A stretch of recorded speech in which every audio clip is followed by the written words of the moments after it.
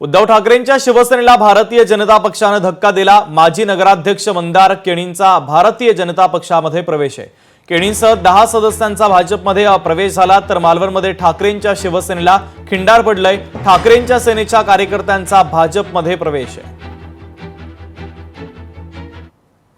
आज मालवण नगरपालिकेमधील मंदार केणी असेल, यतीन खोत असेल, बाई कासवकर असतील, त्यांचे बंधू मुंबईमधील अशोक कासवकर असतील, ही सर्व मंडळी आणि त्यांच्याबरोबर असणारे सर्व शाखा प्रमुख आणि सर्व पदाधिकाऱ्यांनी ज्या विश्वासाने सिंधुदुर्ग जिल्हा आणि मालवण तालुका या तालुक्याच्या विकासाच्या दृष्टिकोनातून भारतीय जनता पार्टी पक्षामध्ये प्रवेश केला आहे।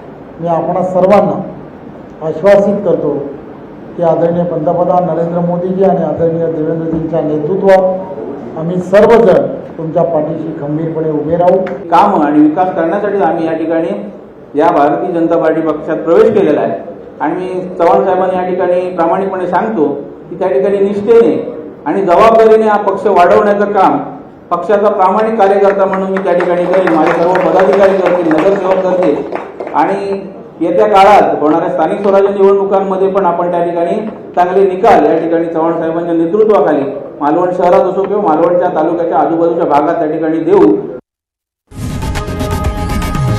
लोकशाही मराठी ऐका, पहा, जागरूक रहा।